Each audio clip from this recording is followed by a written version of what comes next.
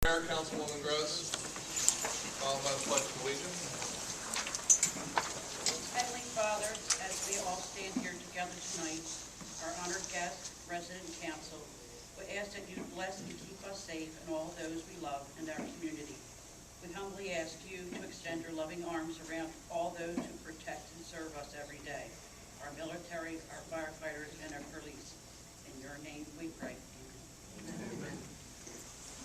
Pledge of Allegiance. To the flag of the United States of America, to the republic for which it stands, one nation, under God, indivisible, with liberty and justice for all. Mr. Vicente, can I have a roll call, please? Mr. Dunham? Here. Ms. Gross? Here. Patterson? Here. Patashore? Here. Thompson? Here. Mayor Reed? Here. Vice President Reed? Here. President Stewart? Here. A couple announcements. We did have an executive session this evening at 6 o'clock, and we discussed the following at executive session. We did have a review of the proposed 2015 holiday schedule for our borough employees. We reviewed the 2015 council committees and citizen committee assignments and the meeting schedules. We discussed an appointment in the Civil Service Commission. We did a review of the chief's proposed work schedule for the month of April 2015. Gave a quick update on the status of where we're at with the consolidated collective bargaining agreement between the Borough and Eddystone PD and FOP Lodge 27. We reviewed the additional compensation package for our canine handler. We updated council with litigation regarding William Connor and the scheduling of a civil service hearing. And we did have an introduction of the canine handler, Officer Elliott, and his partner, Nico. Presentations. We have in attendance this evening the District Attorney for Delaware County, Jack Whalen, and we would like to give him a few moments to speak about the Narcan program that is currently going on in the county. So, District Attorney.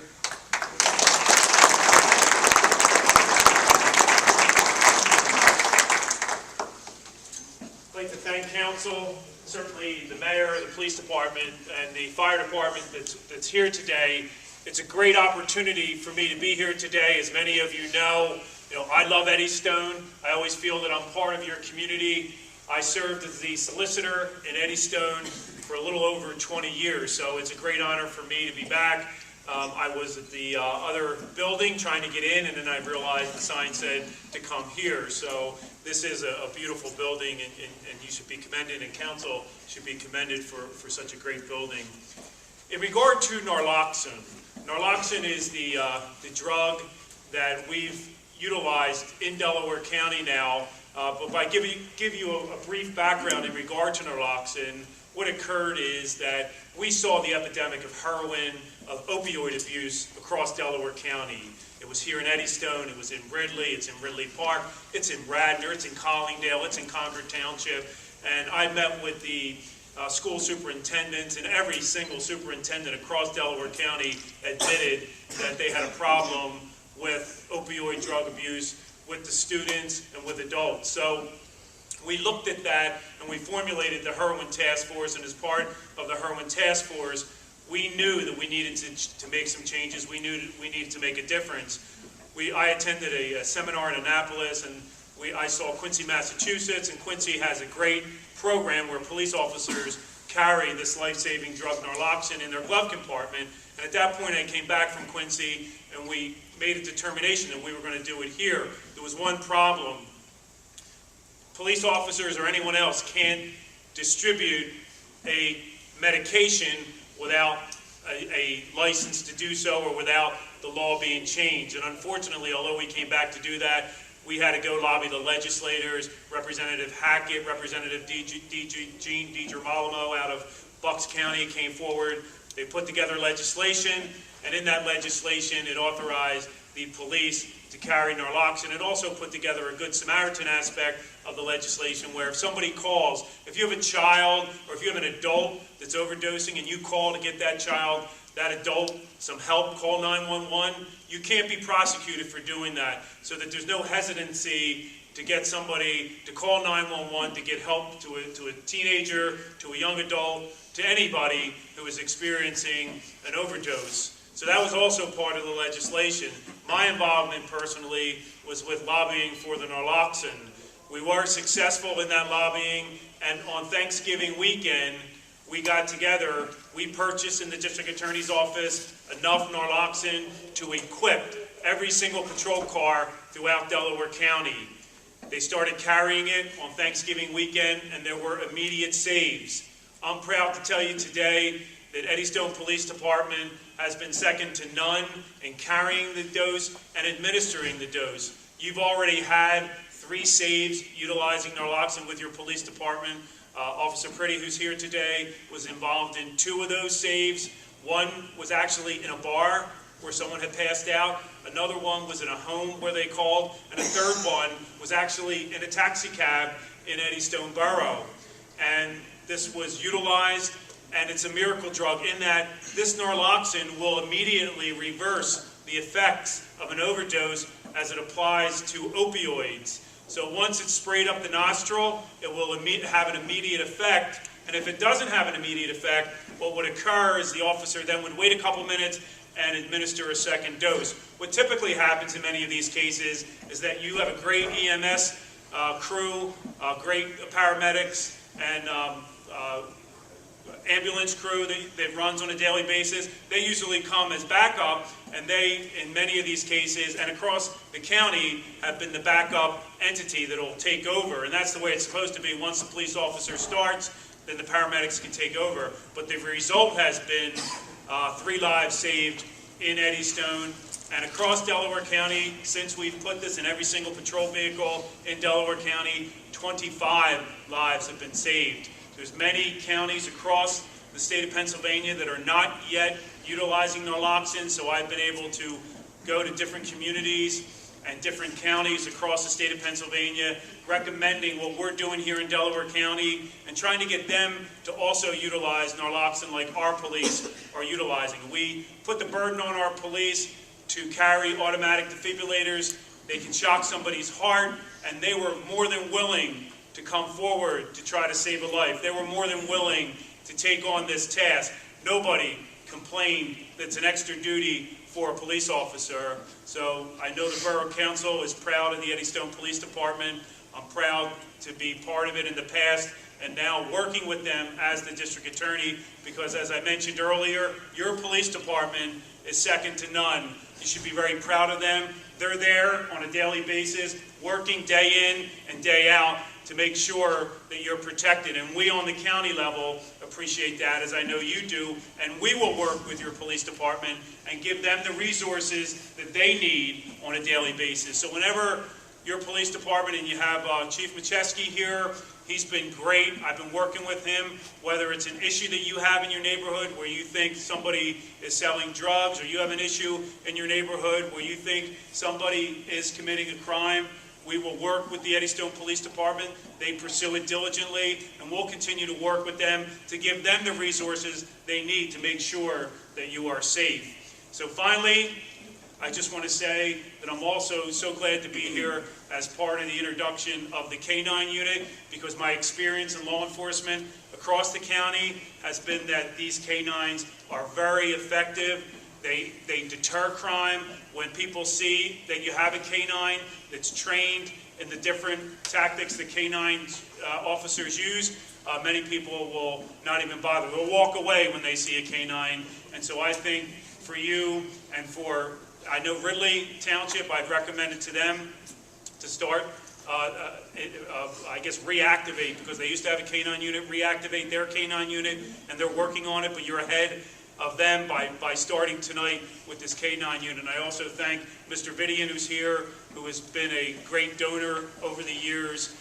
He has been tremendous in his efforts for law enforcement. He has been a great supporter of law enforcement throughout Delaware County, and tonight I know he's here to support the Eddystone Police Department.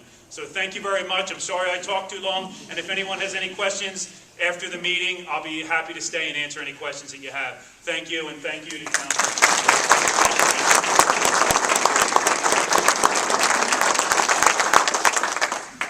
Chief, I'll turn to you. You always like to have an opportunity. District Attorney Whalen had mentioned that, there's lots of ways that the public can reach out to our police department. If you wanted to provide the information through our email contact as well as the telephone, I'll yield the floor to you for a few moments so that you can give your pitch on having the public help us and help you in our fight against drug abuse. So. We've tried to open up some venues to help you contact the Eddystone Police Department in an easier manner.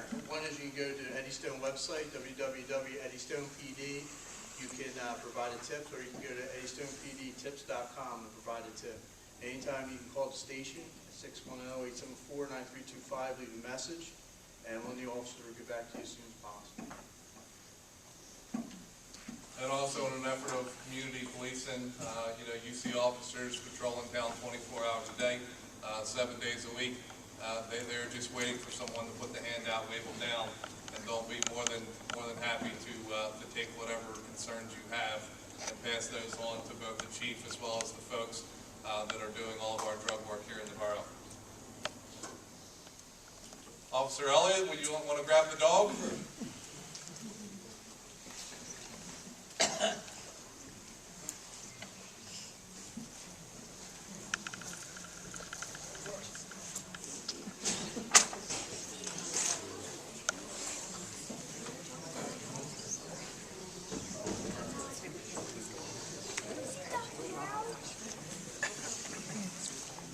She's got to go all the way up to the car.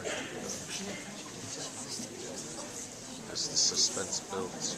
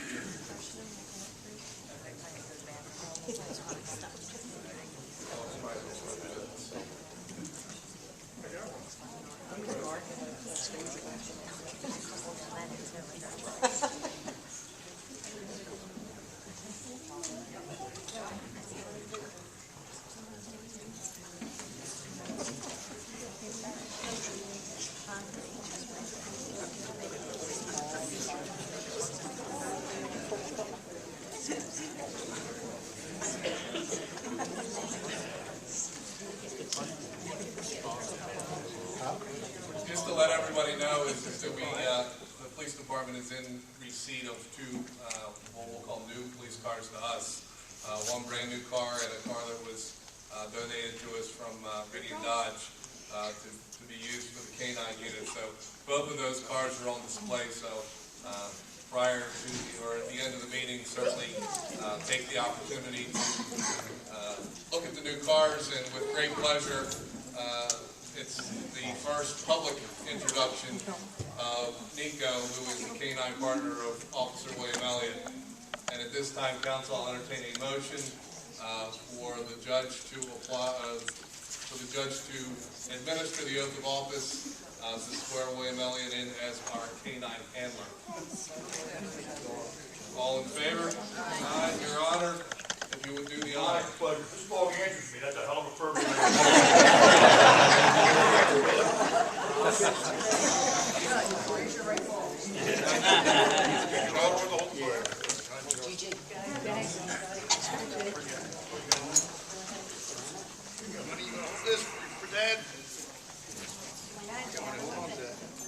Okay. Officer Elliott, who we have joining you this evening?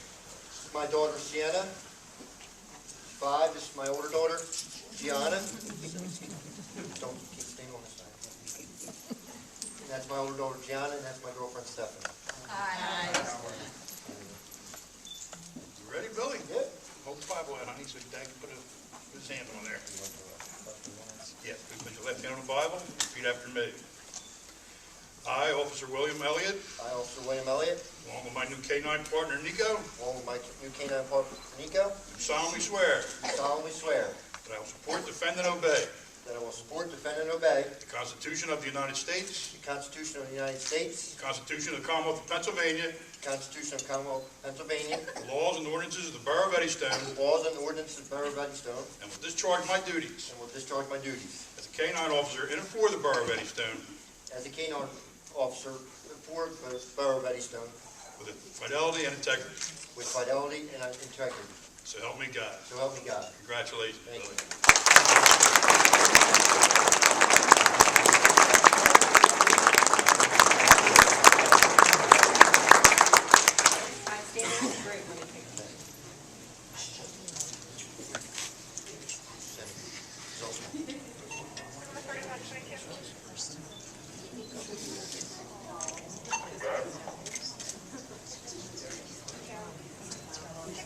Apartment building number 2, 85 Constantine Avenue, for the audible word on coming from the residence office and inspector's office.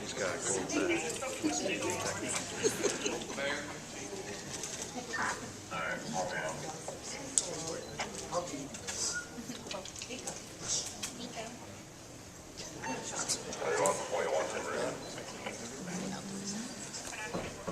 Good? Nico. Attorney Wetland, Your Honor, you do a photo? Judge? Ladies in the front.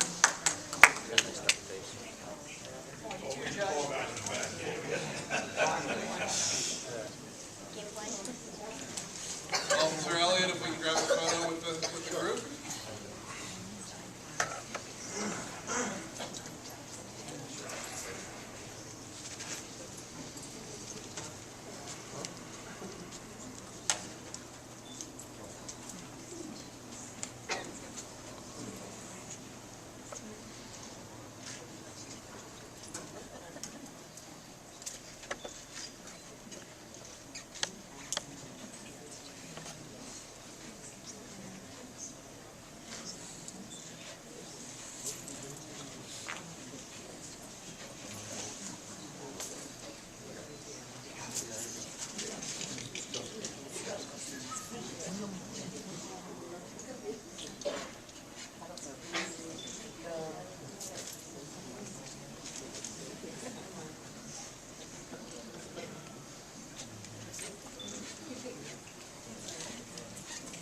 Thank you.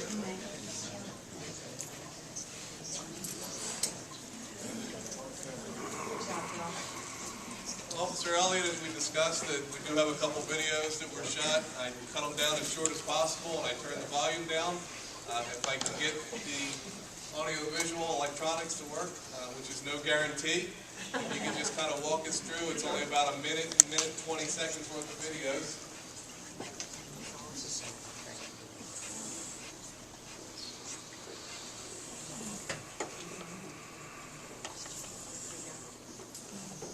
This here, we're actually doing a drug search right here. Doing an exterior drug search. There's narcotics on this truck somewhere. We start at the bottom of the vehicle, we go low. You don't alert them, we go medium and then high. Right here, you'll see him, he smells it right now, because I can tell by their breathing changes. So you'll see them where they get so frustrated, they smell it, they can't get to it, so they end up scratching, that's how they alert. Is it cut off before? No, you're good. This is another drug search. This is in a building, obviously. We do the exterior of the room same way, we go low.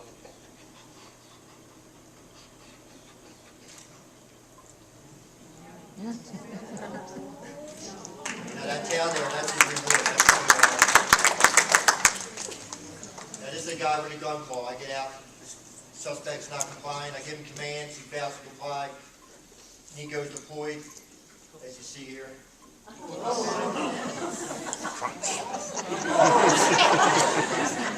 With the sound down, what you don't hear is the officer that is running away. He is actually firing 4 or 5 shots, Yeah, and he the dog actually shooting the gun. doesn't even flinch. Wants to continue on to take down the suspect. So, thank you very much. I appreciate it.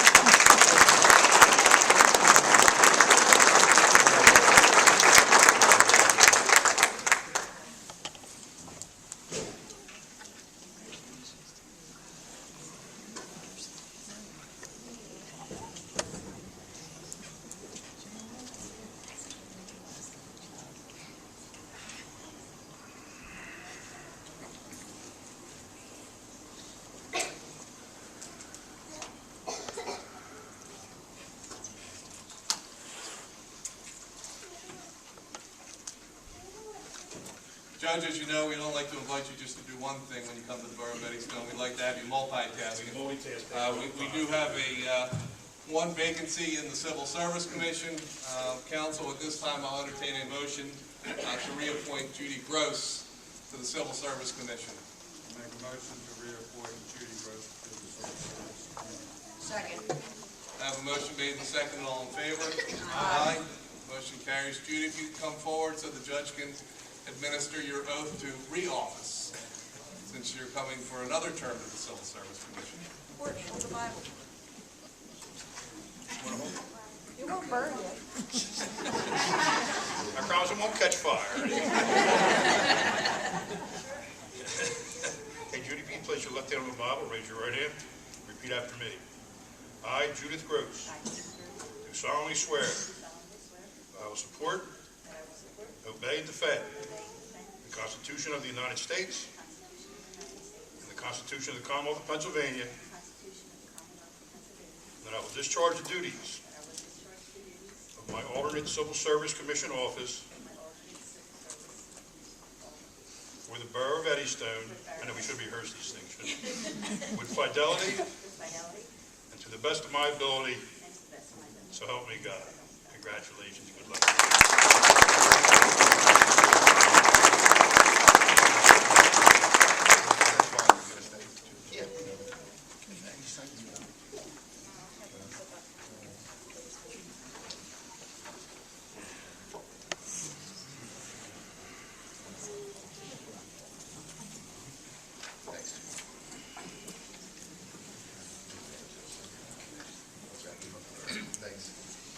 Chief, I'll yield the floor to you so that we can recognize some folks that are in attendance this evening who, with their generous support, has made the possibility of having a K-9 unit here at Eddystone a reality.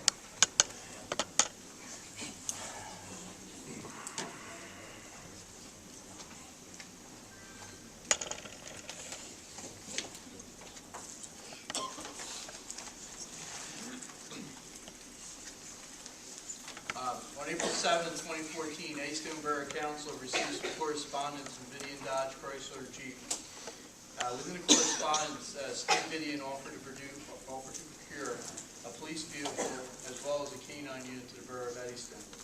As a result of this generous offer, the Eddystone Police Department K-9 unit started training in September of 2014, leading to today Eddystone Police Department's first K-9 unit. I'd like to recognize Steve Vidian for his generous contribution to the residents of Eddystone.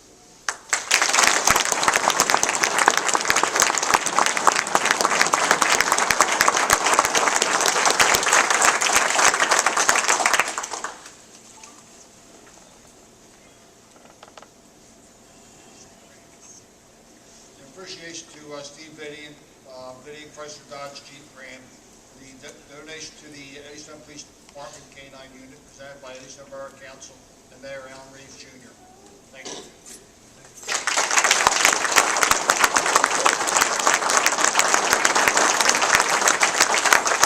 If I can have you stay forward, we'll recognize everybody and give one group shot if it's okay with you. Perfect.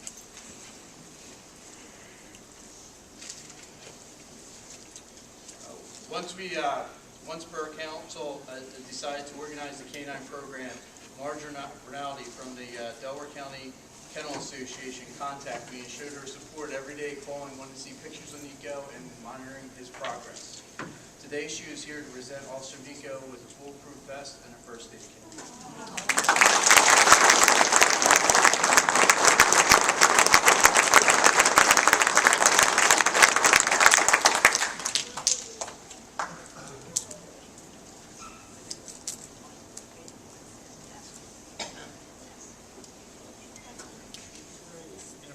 to the Delaware County Kennel Club for the donation to the Eddystone Police Department K-9 unit presented by Eddystone Borough Council Mayor Reeves.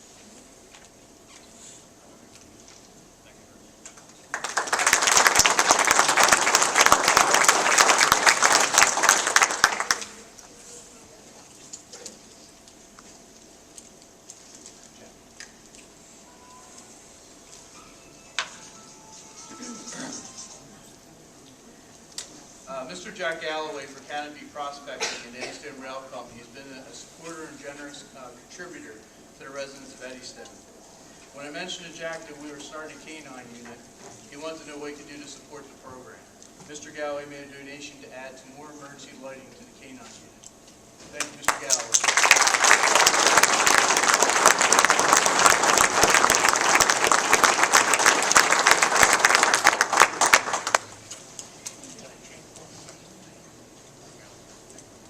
Appreciation to Canopy Prospecting Incorporated, Eddystone Rail Company, LLC, for the donation to the Eddystone Police Department K-9 unit presented by Eddystone Borough Council and Mayor Reeves.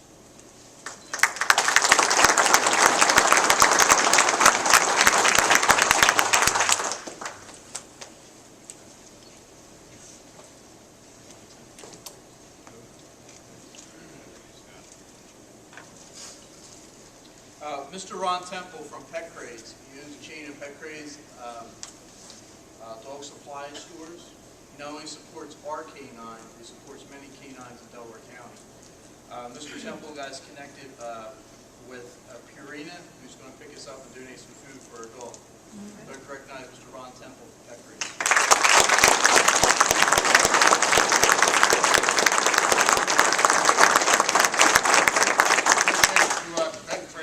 For the donation to the Eddystone Police Department K-9 unit presented by Eddystone Borough Council and Mayor Reeves.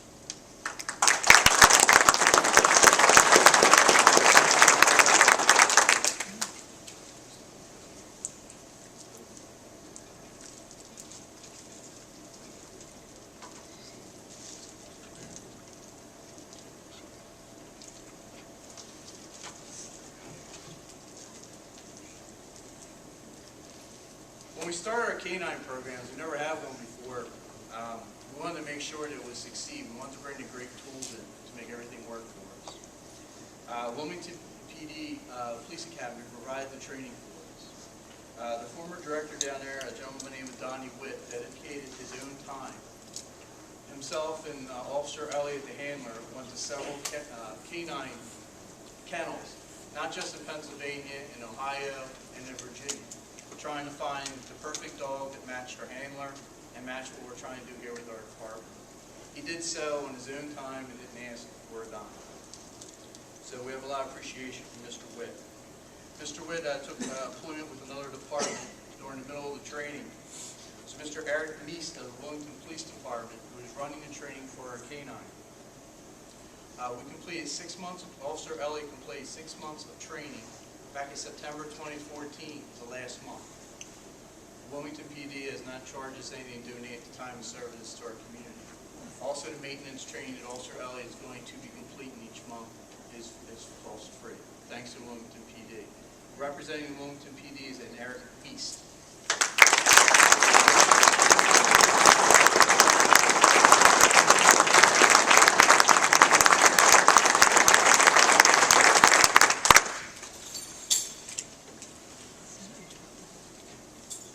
Appreciation to Wilmington Police Department for their donation to the Eddystone Police Department K-9 unit, presented by Eddystone Borough Council and Mayor Reeves.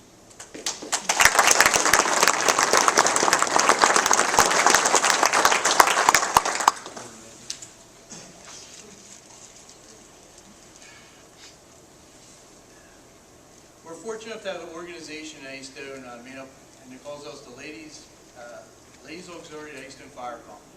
They provide a lot of service and support to the community. They have their fun day, they have fundraisers, and they're always there in an emergency, whether it's to give you a hot cup of coffee or a donut. Recently, they provided a blue ribbon campaign. They went around doors selling blue ribbons to show support of the local police department. So I'd like to recognize the Ladies Auxiliary for their continued support to the community of Eddystone and the Eddystone Police Department. Their representative.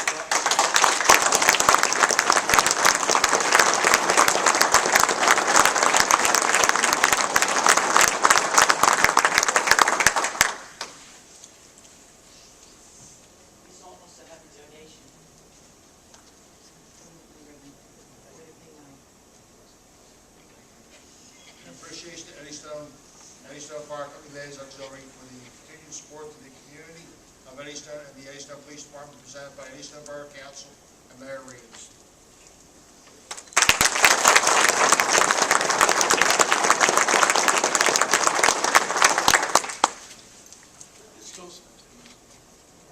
Mrs. Rules and Ladies Auxiliary are still selling the blue ribbons for $3.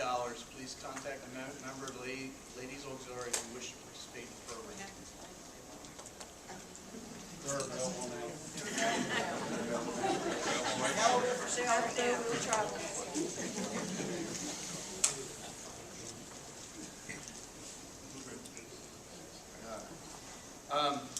The last supporter is Radio Communications. Unfortunately, the representative became ill and was unable to attend this evening. However, most people may not realize what Radio Communications is. Their department helps retrofit emergency vehicles, whether it's fire, police, EMS. It's a long-time family-owned business here in the borough of Eddystone. No matter what the problem is we have, whether it's the police department, fire department, we just pull up and they correct what the problem is and we're right out of it. One of our goals is when we buy new cars, we try to recycle or repurpose as much of the equipment as possible, so we don't have to buy a lot of new equipment, which is costly. We got the K9 car and the supervisor car. Not only did they help us retrofit all the old equipment, they also threw in some extras for us. I want to recognize them for that tonight.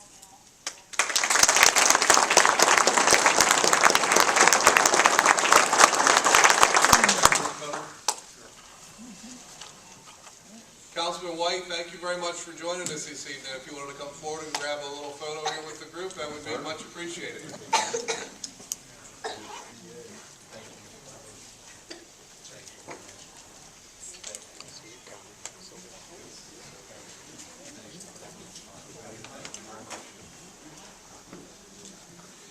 Okay, all in front, all in back, short in front.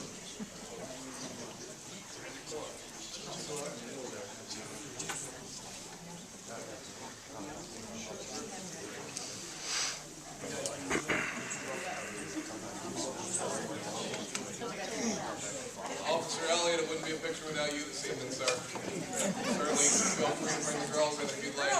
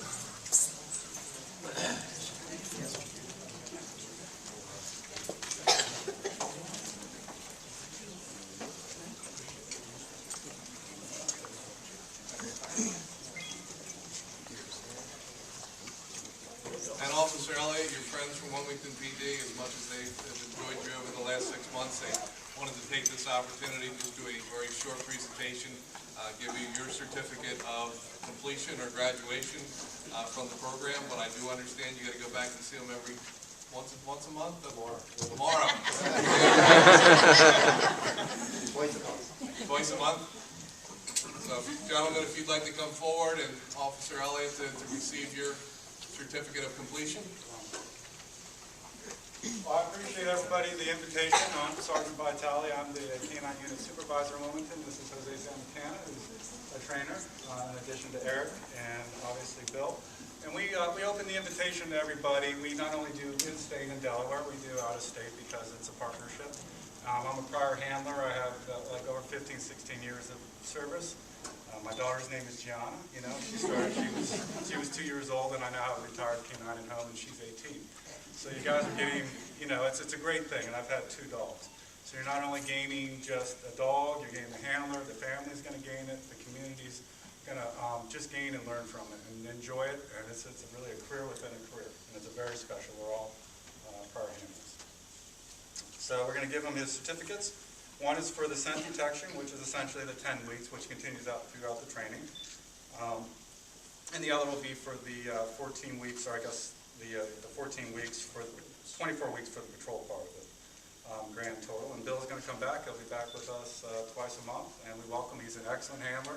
The guys are getting a really good canine team, so I can only see them growing and doing good things out there. So,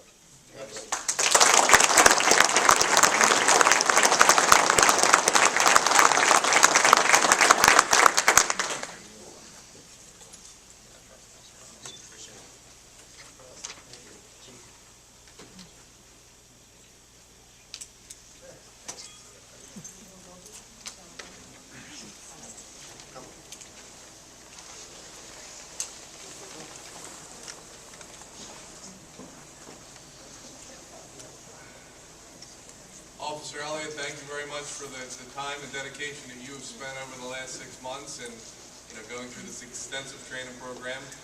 As mentioned earlier, the chief, the mayor, and I had an opportunity to go down, and even though it was just for one morning, it really gave us an eye-opener of exactly the intensity of the training that you had. From all the reports that I'm getting, we have a really good canine dog, and we're really looking forward to that dog making a very positive impact to the Borough of Eddystone. I want to thank the folks that are in attendance this evening from the Wilmington Police Department. Thank you for allowing us the opportunity to train with you over the last 6 months. It's great to see the show of support from your fellow officers with Eddystone Police Department here. Thank you very much, Councilman White, for your attendance. Thank you very much to the generous donations of everybody that provided their gift to the canine dog. And thank you very much, District Attorney Whalen and Judge Turner. I am going to take a 5-minute recess, and that kind of gives everybody the opportunity to exit stage right. I know District Attorney Whalen had mentioned that he would entertain a few questions. So if anybody has a question about the Narcan program, I'll give you the opportunity now to ask the questions, and then we'll just break for a very short recess. Before we break tonight, Absolutely.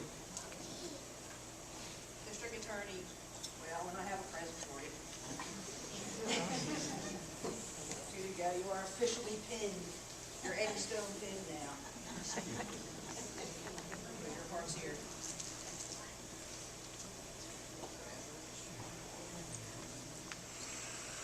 There you go. You're officially a stoner now.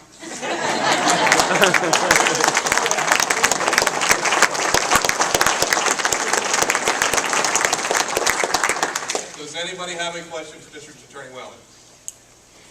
I also would point out, with Councilman White being here, the County Council has been very instrumental in the heroin task force. They have members of the heroin task force. They've been active in supporting the efforts of the heroin task force in the naloxone program, and it was County Council that funded the naloxone program throughout Delaware County. So the naloxone, the Narcan that's in the patrol vehicles, is actually a result of Dave White and the rest of council being very aggressive in trying to help the residents throughout Delaware County experiencing these type of issues. So thanks, Dave.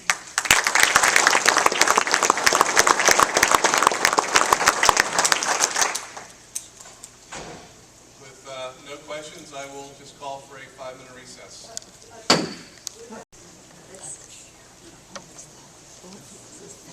Yes, please.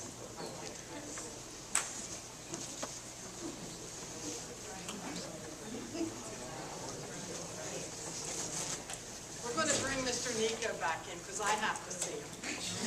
Close up. I'm with the Delaware County Kennel Club, and 2 of my members are here. And our kennel club supports the canines in the county. We've given to date, don't hold me to the number, but at least 25 bulletproof vests, first aid kits, and oxygen masks. There's over 100 oxygen masks in the county. Every officer has one. The policemen have them, and the firemen personnel have it, and they're all, the oxygen mask is compatible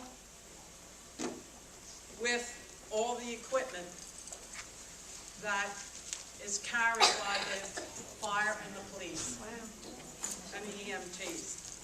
So now I have my star here. I'll begin. First of all, I guess most important, the Kennel Club is very proud to present to Nico his own bulletproof vest.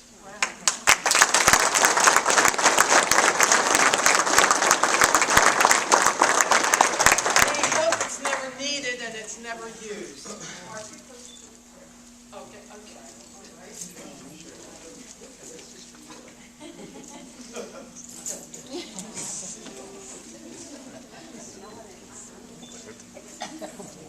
He probably smells my Labrador.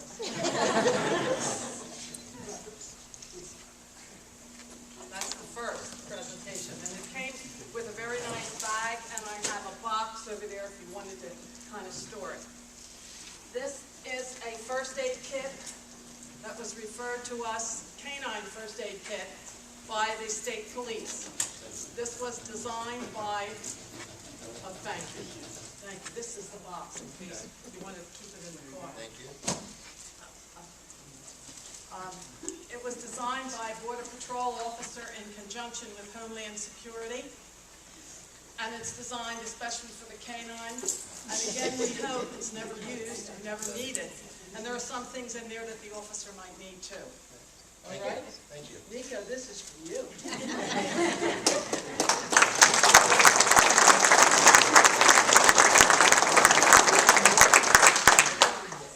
I don't think you were here. This is the canine oxygen mask, which is compatible with all the equipment carried by the EMTs, and every officer in the county has one. And I know several years ago, one cat was revived by using this oxygen mask. So, Nico, it's for you too.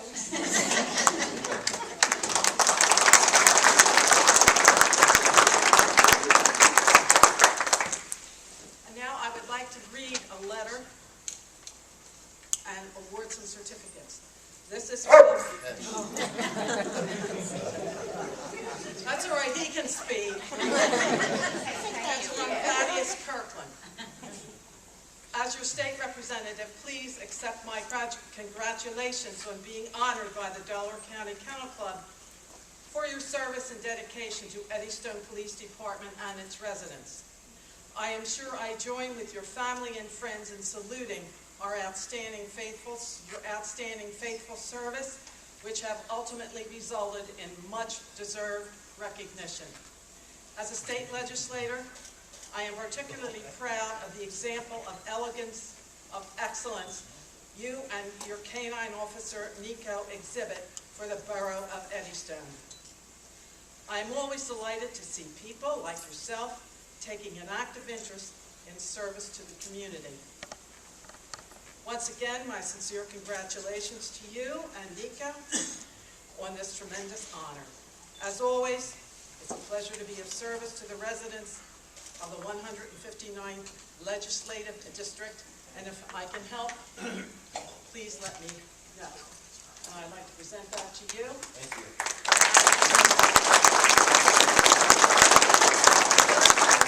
Most important is a certificate of recognition for Nico.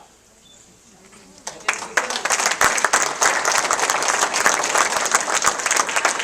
course, we haven't forgotten you, Bill. Recognition certificate for Bill as well. And one last one before the special treat.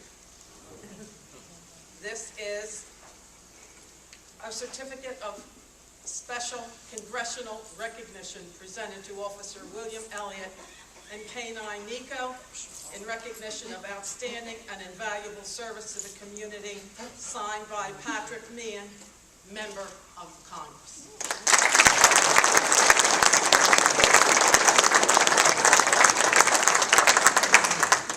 Now, this is the last. Nico sat here and he said, "What is going on? What is that big thing? What is that black thing?" So we have a little treat bag for Nico, and I think he will enjoy this. And this is just for you, and you can't share it with anybody. Give this to you and hope. Thank you very much. You're welcome.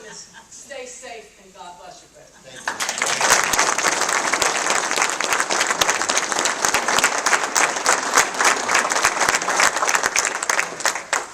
Can you sit down for a second? Sure. I'd also like to say that Marge was instrumental in having the Delaware County Kennel Club chip dogs in our community a month after I took office. I believe it was somewhere around 50. 3 or 4 years ago. Yeah, 3 years ago, about 54, 53 of our residents had their dogs chipped for free. I did reach out to Marge to try and have that happen again. But Marge is a very busy woman. So she has one March 28th from 9 a.m. to 12 p.m. at Rose Tree Park in Media.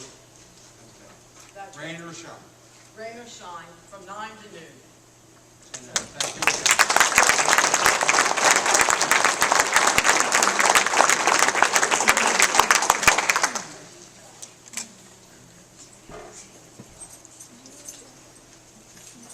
Let's just do a 2-minute recess.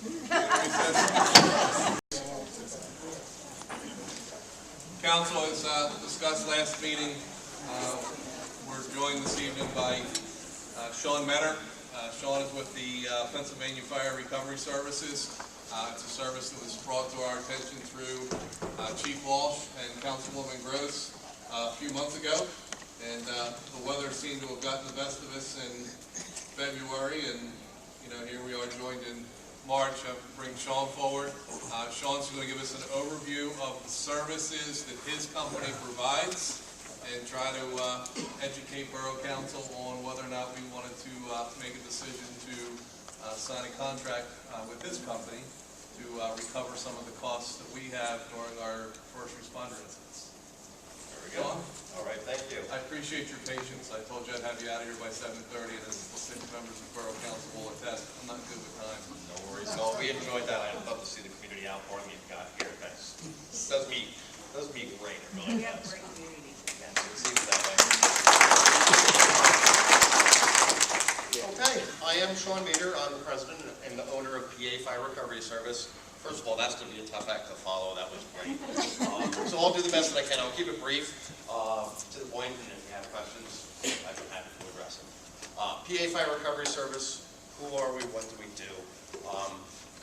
We are a third-party billing service. We contract with volunteer and career fire departments and do billing on them to the insurance companies when they go out on fire calls. Most insurance policies, be it homeowner, be it auto insurance policies, do have some type of fire department reimbursement clause within them. It might be a $500 charge, it might be a $1,000 charge, but this is money that most departments do not collect on, that is out there in the insurance industry for the fire departments when they render service, just for the wear and tear on their equipment, fuel costs, things of that sort. So that's more or less, we're the liaison between the fire departments and the insurance companies and getting the money from party A to party B. Our company itself, PA Fire Recovery Service, we've been in business for 12 years.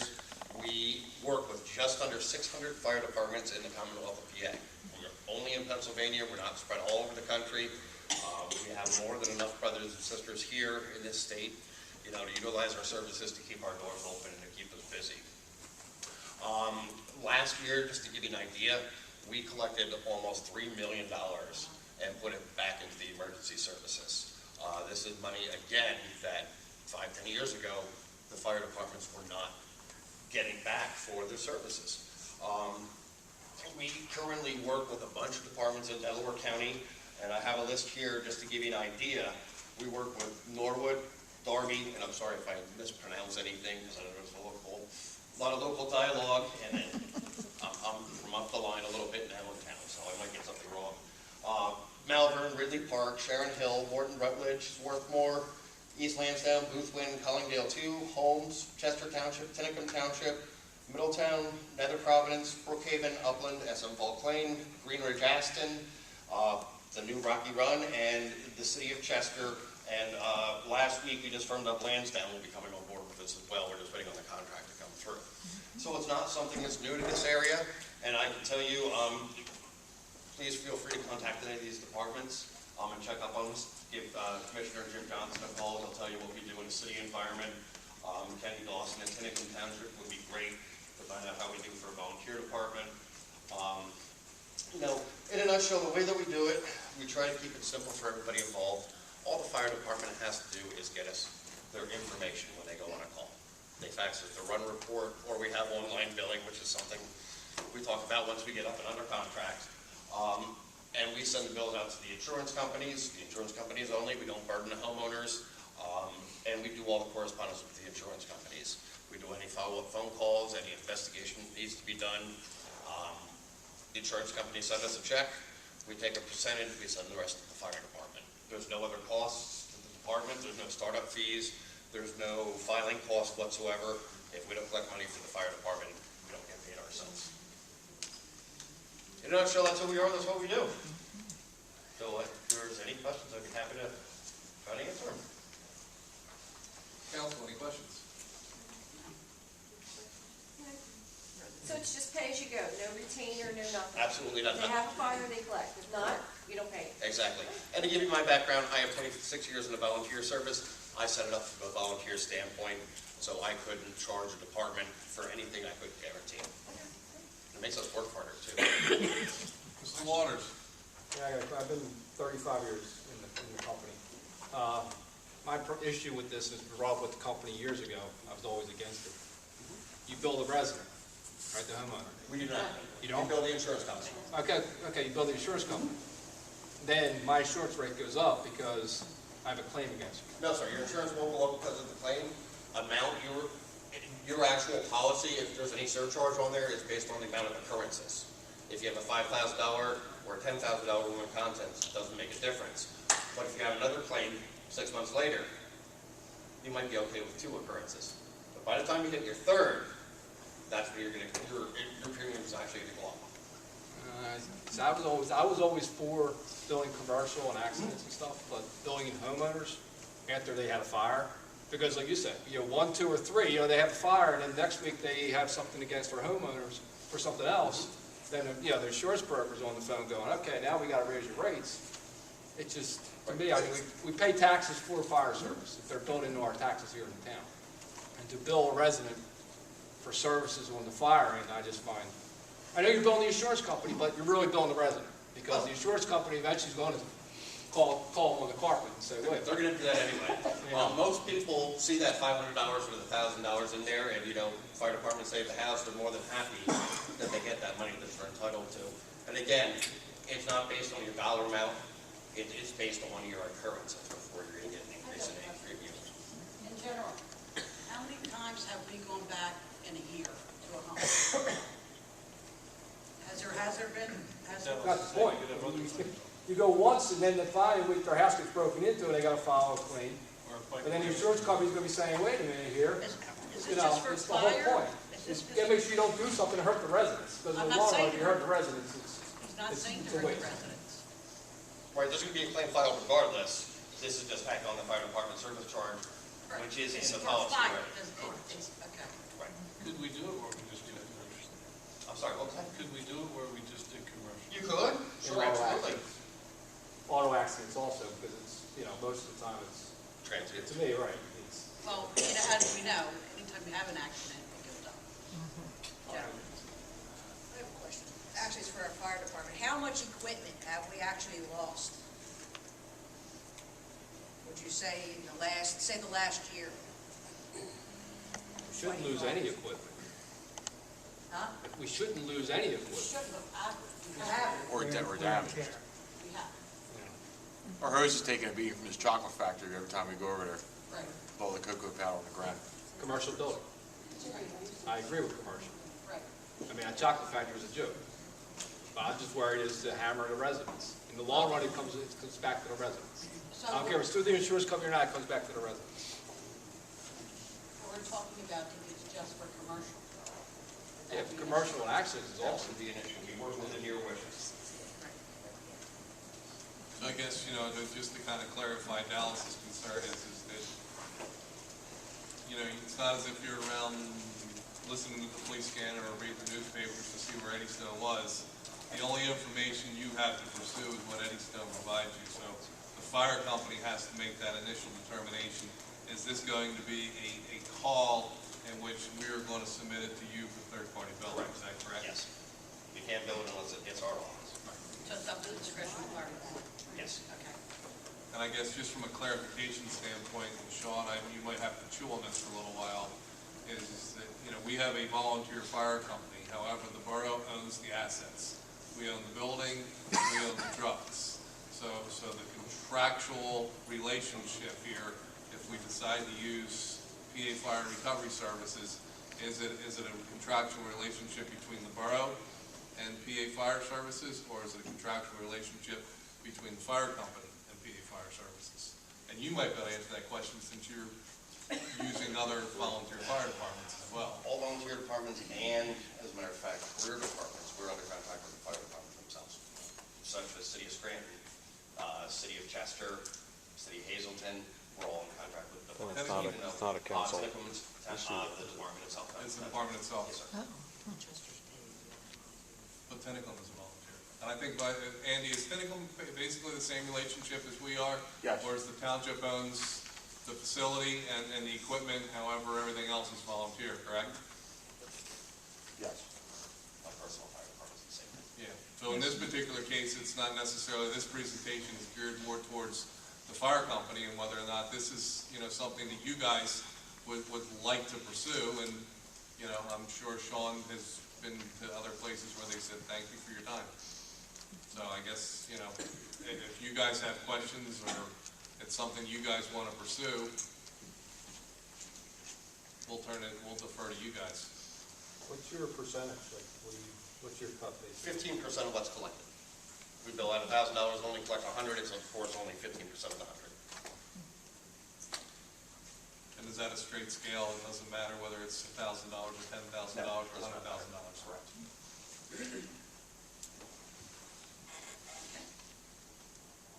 And is there a cost to participate other than the cut that you receive? Nothing at all.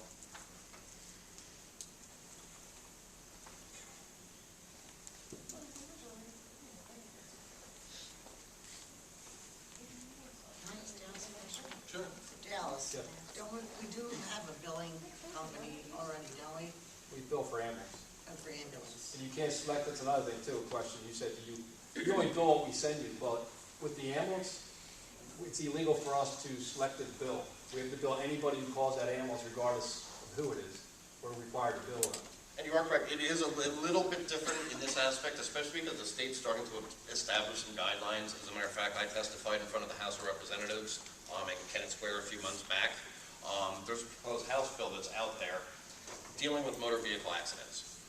Pretty much says, if and when this House bill goes through, that if you're traveling on Pennsylvania roads and you're involved in a motor vehicle accident, you will now be responsible for the fire department response costs if you are a transient to that territory, meaning you don't pay the base taxes, and if you cannot prove that you've made a contribution to that fire department in the past year. So by doing that, they're being selective now. They're saying you can only bill transients. If that's the path that you choose, and you say we're only going to bill people from out of the area, that's not considered discriminatory billing. Right. Just as if you make the rule, we're only going to bill commercial, you're okay there as well. As long as you make your decision and stick to that path, you're okay. Make sense? Andy, when's your next meeting with the fire company? Beginning of April. First Thursday in April. First Thursday in April, yes. I got a couple packets up front. You can look at all the information. You've heard what Sean had to present today, and you guys can make your decision on whether or not it's a service that you want to participate in. Okay. I'll give you a packet with all my info. April 2nd. Thank you Any so much. other questions for Sean? Thank you very much.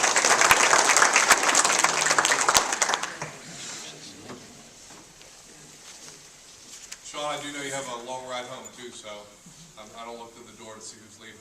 Very good, I appreciate that, thank you. We'll take you up on that offer. Everyone, I do appreciate your patience these evenings. Do get somewhat long, especially when we have a lot of folks to recognize. Just to give everybody a very quick update on the PA 567 Recycling Technical Assistance Grant. We will be joined next month by Kate Perry, and Kate will be presenting her final report, which details her recommendations on how the borough can better improve our recycling efforts. On the PA 902 Municipal Recycling Grant Program, we have placed an order with Toter for 64-gallon recycling carts. The artwork is approved. We're in the process of filling out our new account information, which basically is a fancy way of saying whether or not they're going to extend us credit and start producing carts and allowing us to pay them over time, or whether they want us to pay up front. But we're in the process of working out the details with the folks from Toter. My understanding is they understand better than we do about the 902 grant, and they're very flexible in making sure that they know that they're going to get their money from the Pennsylvania DEP. We also have begun receiving quotes for automatic cart tippers. They're the mechanical tippers that go on the back of the truck, so that our folks that are collecting would be able to roll the cart up and have it automatically tip, as opposed to trying to lift these heavier than normal carts up over their shoulder. And the whole idea is to make sure that our trucks are retrofitted with these tippers at the same time that we do receive the carts. And we're on target right now for the end of this month to have a tractor trailer come to Seville Avenue and drop off 2 tractor trailer fulls of 64-gallon recycling carts. Lastly, we are also in the process of receiving pricing for the new vehicle. The new vehicle, we've got some lead time associated with getting the trash compactor. The estimates that I'm getting is anywhere from 5 to 7 months.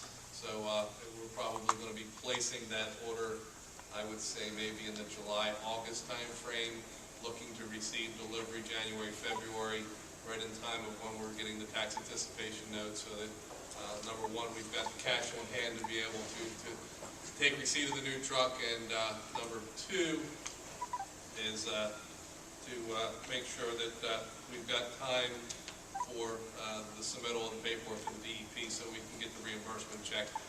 All of this purchasing is being done at 10 cents on the dollar. The grant that we received from the DEP is for 90% participation. And I'm just using a very round number with Temple math. If the truck costs us $150,000, Eddystone Borough is putting out $15,000.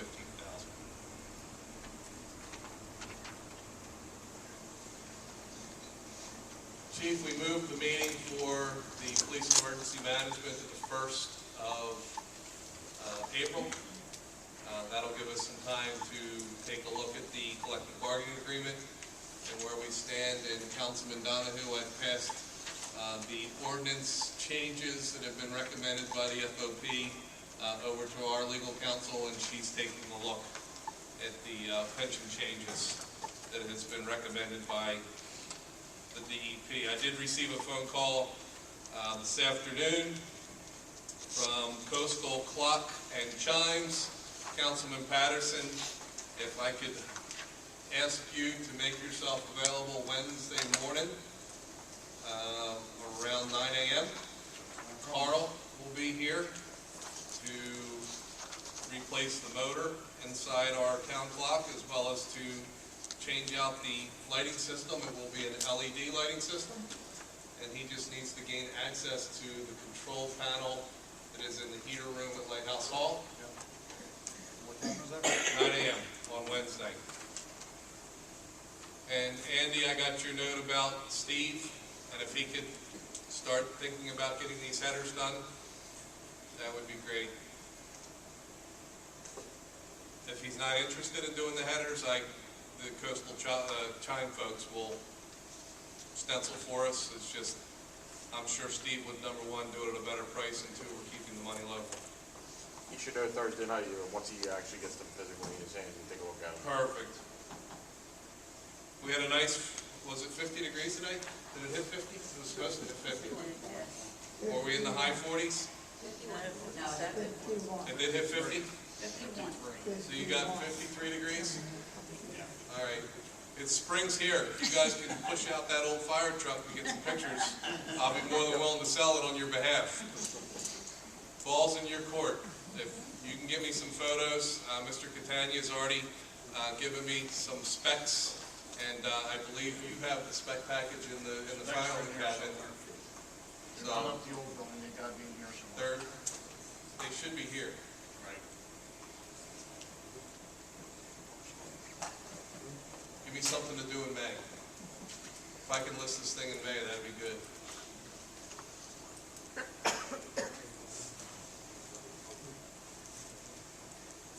And council, we had an opportunity during executive session to look at the council committee assignments as well as the citizen committee assignments. So I will update the website accordingly with those changes.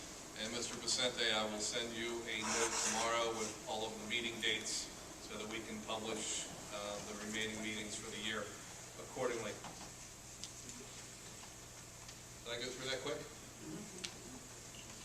Public forum. Nobody's on the board? Dallas. Something small. Is this a public forum on behalf of the fire company or public forum on Well, that's actually behalf has of something to do with the fire Dallas?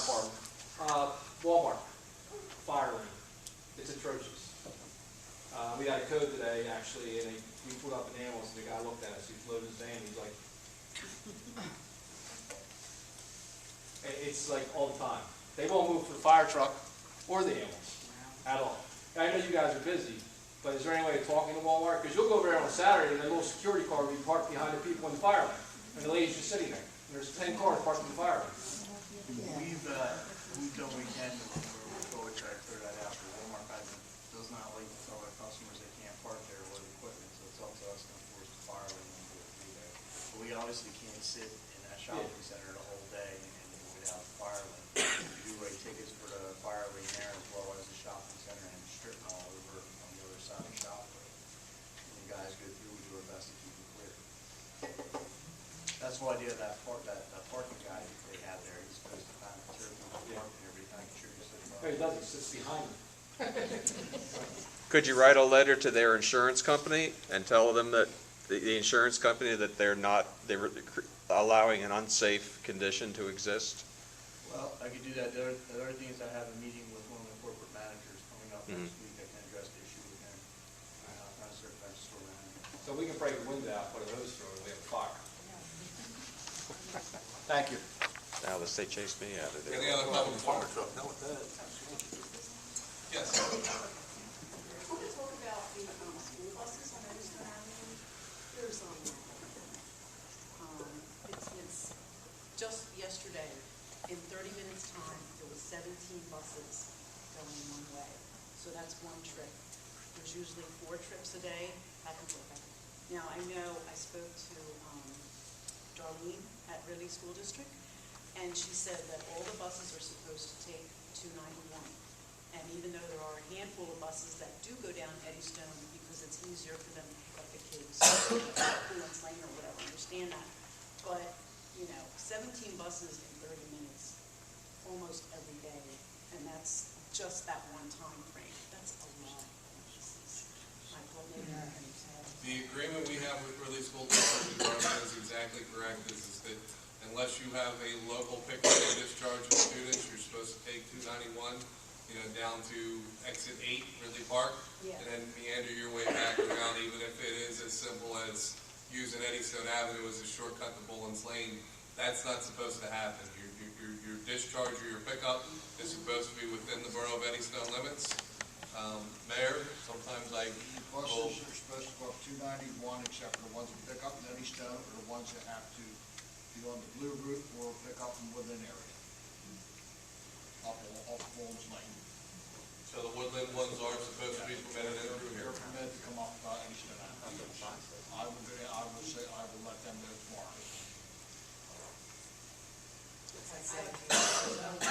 Alan, this particular particular 30 minutes, just so you know, I have every bus number. I was walking to not all the other times I kept track, but this particular, I said, this is, because I know the bus routes, the numbers go to certain routes and all that kind of stuff. Right. So this was a couple weeks ago that I spoke to them. I will let the dispatcher know tomorrow morning. Okay, all right.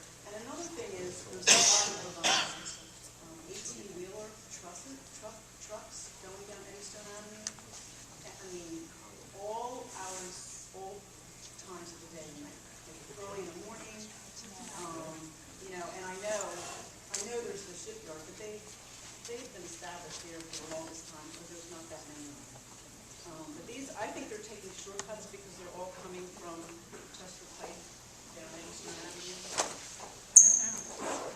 The police have been advised of that there, and they have been watching out for them and striking when they're walking down. Okay, now there's one more thing.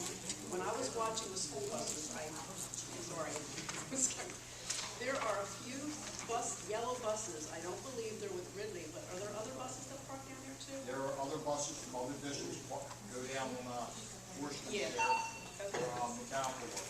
Oh, okay. Well, anyway, There's numerous other school districts have their buses down there. okay, now, I don't know who these are, but about 4:30 in the morning, several days in a row, there's like 2 or 3 yellow buses. I couldn't see them from where I'm viewing. Definitely not Ridley. I know, but whoever they are, you know, that engine's noisy, and it wakes me up. And, I mean, I don't know who they are, you know, so you can, The thing is, there's an agreement between Eddystone and Ridley School District. There's nothing you can do about other school districts coming to town. no, but I mean, but anybody driving to 4:30 in the morning making all that noise, isn't that something that you can As long as address? the buses are tagged and inspected, there's nothing you can do about that. About the noise, I mean, there's a code on, you have a million codes. There's no ordinance covering that. Well, loud mufflers, and those engines are louder than a. Is it a school bus? I'm sorry, is it a school bus? It's a yellow bus, but I don't know. Oh, you don't know, Because I somebody can't else. see it. Oh, Yeah, okay. it can't be really, because I know Right, you guys. right. But there's other buses that are one community transit bus. Now, who leaves 4:30 in the morning? That's a diesel engine, that's why it's. Yeah, that's what I'm saying, but they are noisy and 4 o'clock. So my concern is lots of school buses are using are lots of 18-wheelers, and they're all times of the day and night. And I Police have followed, to keep an eye out for the tractor trailers and stuff yeah, like that. so I was following one day, and they went all the way down Eddystone, didn't even stop at a stop sign, because it's smart for them, they shouldn't be doing that. And then the off hour goes. They have to stop them and they have to Okay, cite. all right. Could you call the police when this goes on? If I could have a list of bus numbers, I'll do that. what I'll do is, I'll ask the chief when he comes back, to reach out to the transportation supervisor, for Ridley, and, get an idea of exactly, whether or not those buses absolutely need to go through town, or whether they can be diverted up 291. 17 to me sounds like an awful lot. I know, and I was counting before, like at night, but I didn't, but that one, I said, I'm really gonna get every number down, because they go to a particular route, and she did say she instructed them to send them all down, the ones that are supposed to go down to the first supposed to go down. All 17 was Ridley buses. Yes. Like I said, I'll be down there tomorrow morning, I will let them know about it. Okay, all right. And when the chief comes back, if you could just take some time after the meeting, give him, even if he just takes your paper and copies it, I would appreciate it, okay? Thanks. Any other public forum? Yes, sir. Mr. Buckets. Yes, I just want to thank the highway department for the job they did on the snow. Yes. Thank you.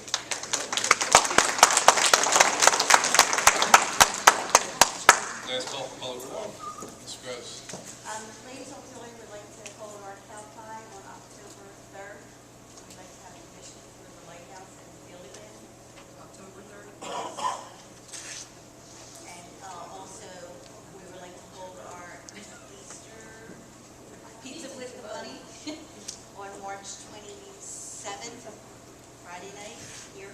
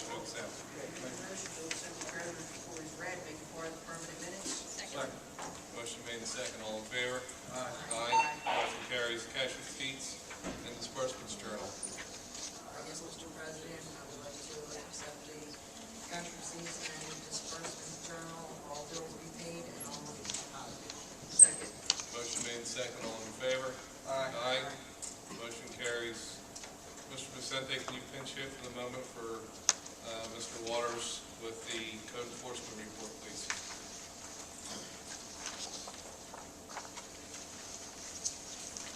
Mr. President, the code enforcement inspection report for the month ending February 28th. Are you okay back there? Yeah, I've got John read it. He's pinch hitting. Okay, thank you. All right, perfect.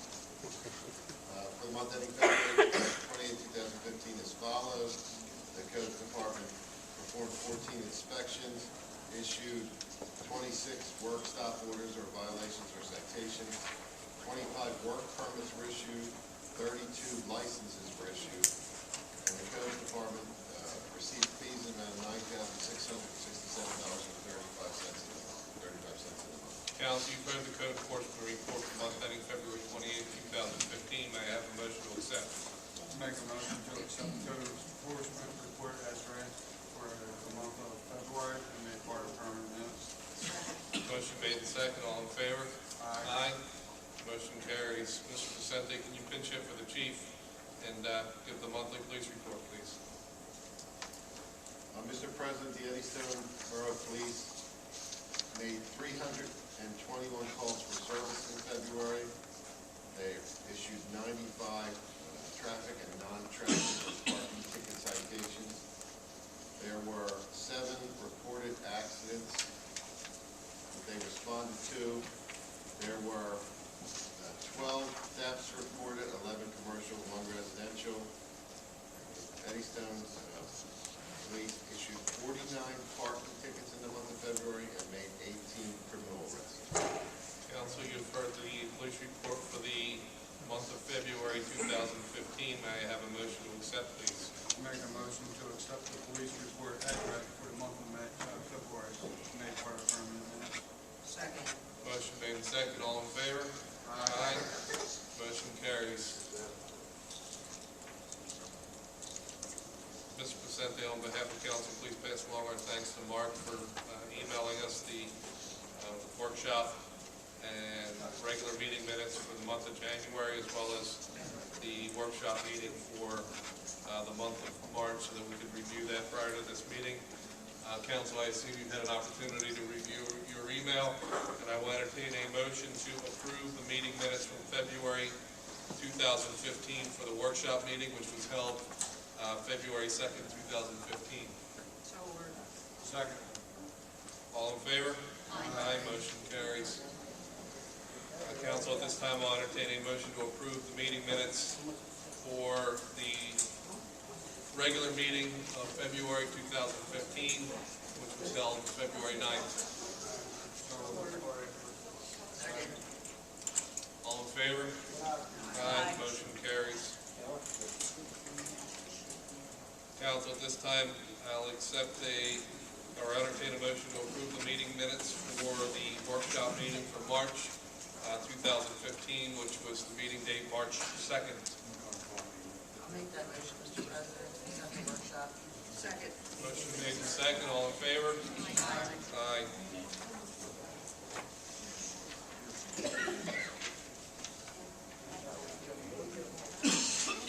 Mr. Catania, I have it as an action item for the nomination of a community development block grant project for the recreational field. Do you feel it necessary at this time to be able to formally nominate projects, or do you think if we were just to write a letter to the folks at the Office of Housing and Community Development that we do intend to spend that money, that would suffice?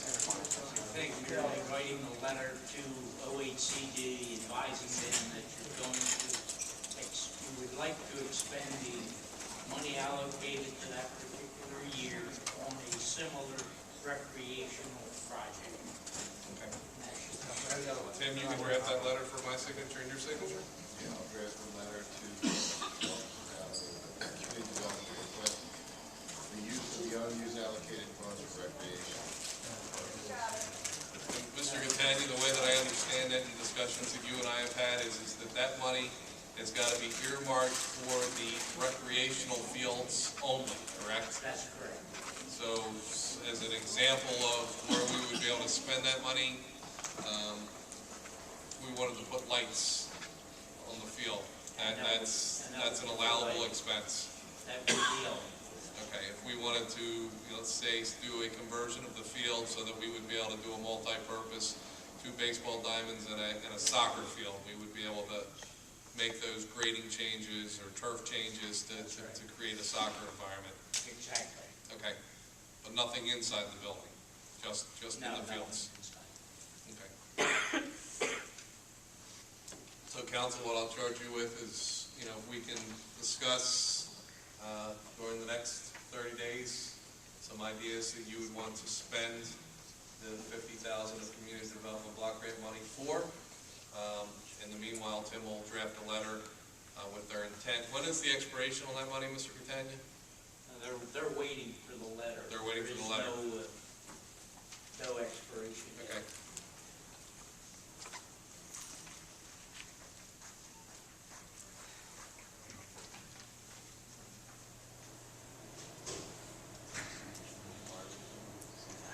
Oh, I skipped over the fire report, didn't I?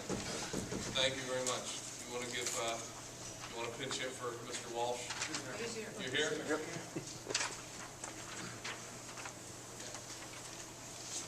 For the month of February. Andy, before you start, thank you very much for your folks jumping into action and taking care of the situation as quickly as they did, professionally as they did. What we do. Labor action down here, we're happening for a whole, we had to come all the way back, because the animal didn't go all the way back, so. Labor is here to participate.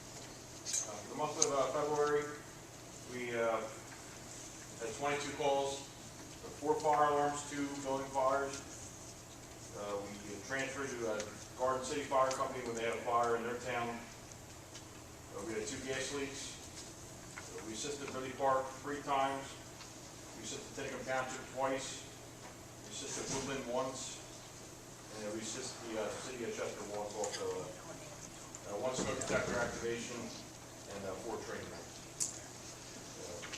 8-day time, and we had 14 night, approximately 249 members responding to just over 11.25 persons per alarm.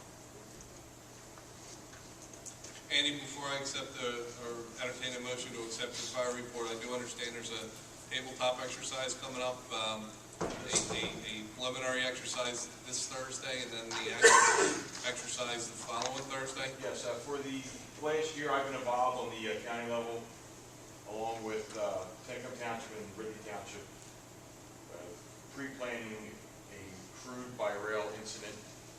There would be a mass casualty or mass incident fire, like you've been seeing in the news. We've been designing flow charts and what ifs, and this week, Thursday, is our preliminary drill that we're going to put into play, and then Thursday the 19th at Tinicum Township Firehouse, we're doing a full-scale exercise with DEP, Coast Guard, all our local officials, the railroad, and it's going to be monitored, and they're going to critique us on how we did. Is that a daytime exercise on the 19th? It's on night. It's a night exercise. 5:30. I know there's an email from Larry Bulk went out encouraging both the emergency responders as well as some of the borough officials to be involved, just so that I can get an idea of who would be appropriate to send. I'm assuming definitely the chief of police, most definitely the mayor, and I'm thinking the folks from the Police and Emergency Management Committee. Is that, unless you could think of others? They said that anybody that's got to make a decision for, as a local official, should be there. I would think Tina probably. And I think your folks will, all you'll designate who you need from your hierarchy. In participation. I'll be there at the 19th. I'll leave for vacation as well. It's rescheduled from February. Chief, are you available Thursday night, this coming Thursday? I know we're supposed to RSVP. I was understanding that first Thursday was like a mock exercise, and actual exercise the following Thursday. Yeah, the first exercise is a preliminary, just to get our feet wet for what's going to happen at the large scale, full-blown exercise. Following Thursday only for you? Yes, second Thursday. Second Thursday? Mayor, can you do first Thursday, vote second Thursday? Yes. Mr. Donahue, how's your schedule since you're a member of the Police and Emergency Management? on both, first and second Thursday? Despo? Check your calendar.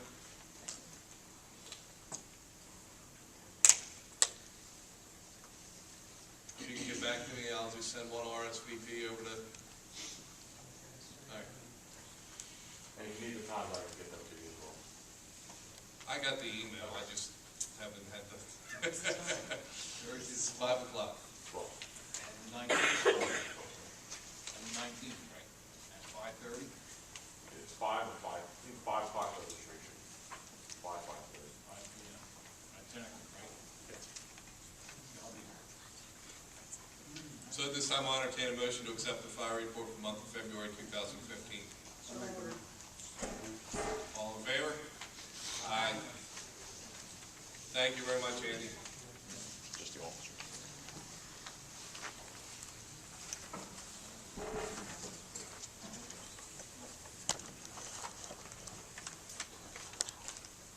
Mayor, did you and the chief have an opportunity to come together and look at the work schedule for April 2015 yet?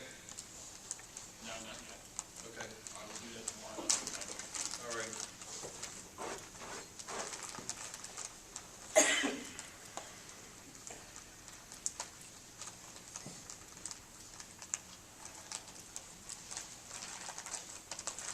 Got me all over the place, thank you, Mr. Vicente. I'm in a hurry. That's okay, we're on the holiday schedule now. Council, as discussed earlier this evening, the 2015 Borough holiday schedule is going to include providing the Borough employees the day after Thanksgiving, and due to the fact that Christmas falls on a Friday this year, we will be giving Thursday, the 24th of December, Christmas Eve off. These are 2 additional holidays that do not appear in the employee handbook. However, we are removing the employee's birthday from the holiday schedule. Is that correct? So I will entertain a motion at this time to add 2 holidays, the day after Thanksgiving, the day before Christmas, and to remove the employee's birthday as a recognized holiday for 2015. I'll make that motion, Mr. President. Second. Motion made and seconded. All in favor? Aye. Motion carries.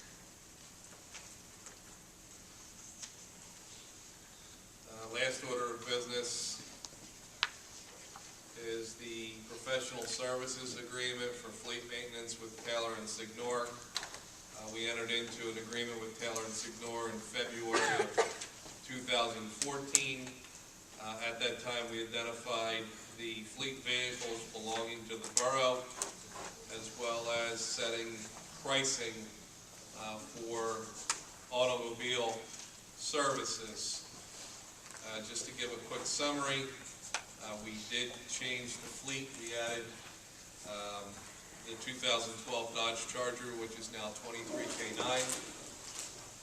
We also replaced 2321 with a new 2014 Dodge Charger and retired the old 2321 down to the code enforcement vehicle. So I've made those changes in the professional services agreement for fleet maintenance. Also, at the request of Taylor and Signor, they were looking for a nominal increase on some of the pricing. The tire rotation, which they recommend be performed every 6,000 miles, went from $16 to $18, an increase of $2 from 2014. They're looking for an increase of $2 for mountain and balancing tires, which is provided by the Eddystone PD, so that price went from 22 to 24. They kept their price on the wiper blades, however, recommended the addition of a new line item for contour wiper blades, which are the winter wiper blades, for $33.98 a set. The tire patch, no plugs, but a vulcanized patch on the interior of the tire. That price went up from $22 to $24, which is an increase of $2 from 2014. They requested a $3 increase on the safety inspection sticker, which is simply a pass-through cost because the state increased the sticker price by $3, so that went from 29 to 32. The emissions testing went up 20 cents from 2014 up to 36.47. and they did ask for a $2 increase on their 2014 rate for labor. Instead of $82.40, it is now $82.50. It is now $84.50. They were able to hold the line on the price for oil changes at $46.95. So I will entertain a motion from council for me to execute this agreement with Taylor & Signor for fleet maintenance for 2015. I'll make a motion to approve the 2015 PSA for fleet maintenance for Taylor & Signor Auto Repair. I have a motion and I have a second. All in favor? Aye. Aye. Any opposed? One.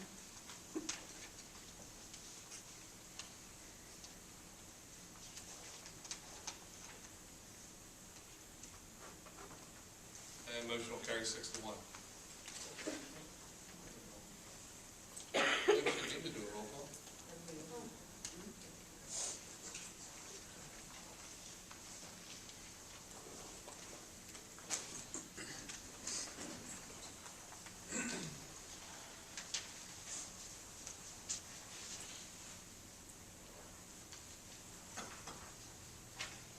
Two more action items.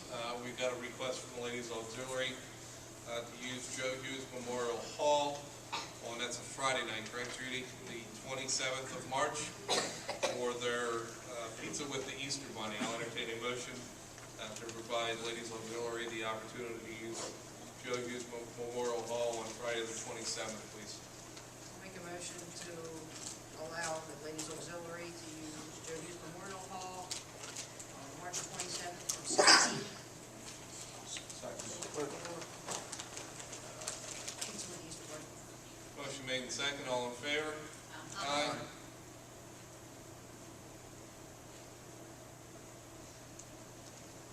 And then the second date in October, that's a Saturday, correct? Yes. iPhone's coming through. I'm going to have to watch next. I'll entertain a motion for the Ladies Auxiliary to use both Lighthouse Hall as well as Don Marion Field on Saturday, the 3rd of October for the Cowboy Bingo. I'll make that motion, Mr. President. Second. Motion made and seconded. All in favor? Aye. Motion carries. Council, is there any other action that needs to be taken this evening?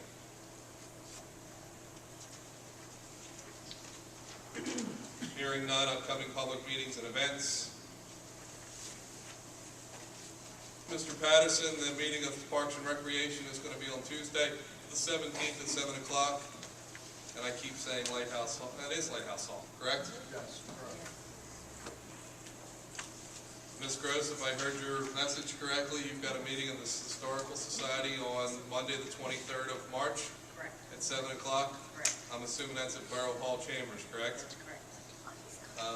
Mr. Mayor and Chief, reschedule the Police and Emergency Management meeting for the 1st of April, 2015 at 6 o'clock in Borough Chambers. And then immediately following at 7 o'clock is the meeting of the Highway and Sanitation Department at 7 o'clock that same day, April 1st. Bulldog Dash, 411. 411. What time does that start? I'm gonna say 9, but I'm on paper. I'll call 9 a.m. And that's at the doghouse? Yes.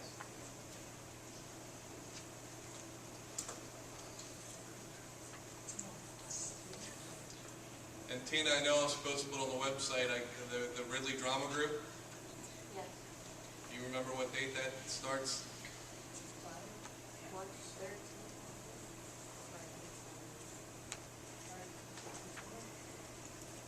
They said it, Yeah, I'm looking for it right now. I believe it starts the 13th.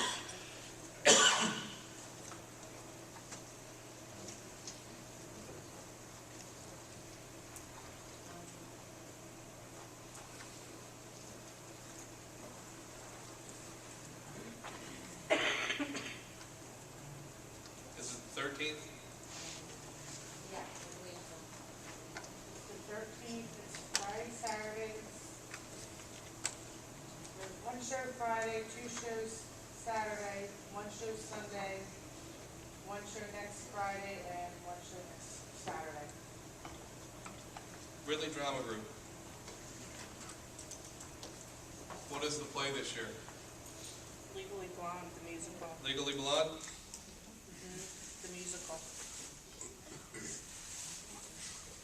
So as a courtesy, Borough Council, you'll just see that on our website. It's just an advertisement and a link over to the Ridley Drama Group's production of Legally Blonde.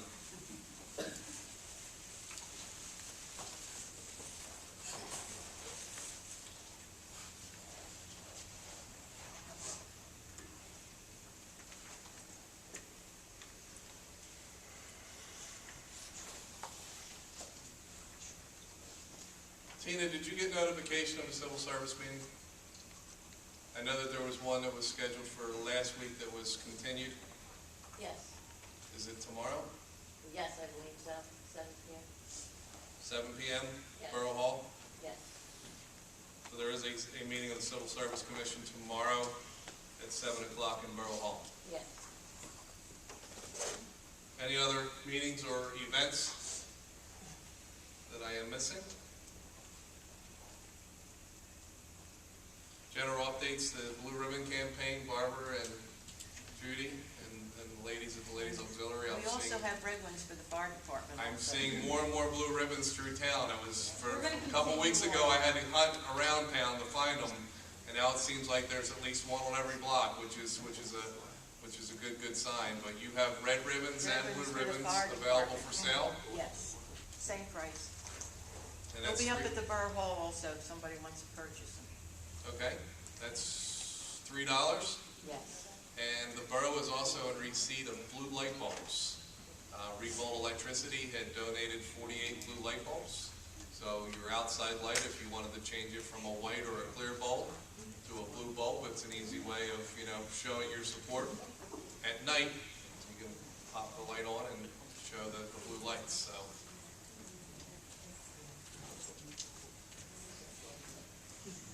Tina, you have those at Borough Hall, the blue light bulbs? Yes, I do. Okay. So if anybody's interested in picking a blue light bulb up during normal business hours up at Borough Hall.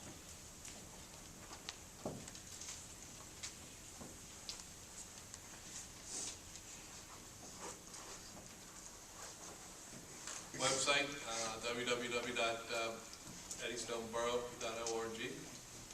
We were fortunate enough that we were able to purchase all of our like domain names from Mr. Wilson, so thank you for agreeing to that sale of purchase for domain names. So the folks that might mistype the addresses now, our webmaster already has it set up so that if you happen to type in eddystoneborough, BROO.com, you'll automatically be diverted to the .org site. If you spell out borough, BOROUGH.com, it automatically diverts to our main site. So it's something that our webmaster was very adamant about in the beginning, is that, make sure that you gather all of the like names so that you're able to capture all of your borough traffic. And, all of those changes have been made. So thank you, Mr. Wilson, for working with the borough to release those sites that were previously in your control. Also, I encourage everybody to visit the website regularly. Give me 48 hours, but Joe O'Mealy was here snapping lots and lots of pictures, so I'm sure the website will be updated with the fact that our canine service unit is in service. Also, we'll have recognition of all of those folks with their generosity of providing the first aid kits and the bulletproof vests and the police cruisers and all of the things to make sure that Officer Elliott is fully equipped to do his best with the new canine unit. Code Red, Chief, I did get another Code Red message with the snowstorm that happened this time as opposed to the snowstorm that was predicted 2 or 3 weeks ago that didn't happen. That's correct, and we also canceled our meetings that we were scheduled for the first. I encourage anyone to visit the website and register with Code Red if you receive those notifications, or you can just opt out.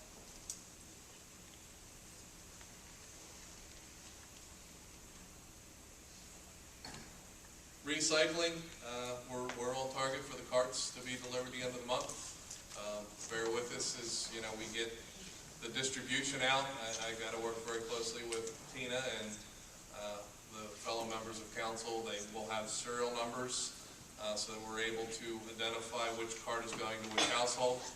We're also working with the manufacturer to make sure that there's a block that's designated so that residents can write in their street address directly on the can, so that, you know, you're able to identify which can was yours if it happens to, during a windstorm, blow down the alley or blow across the street.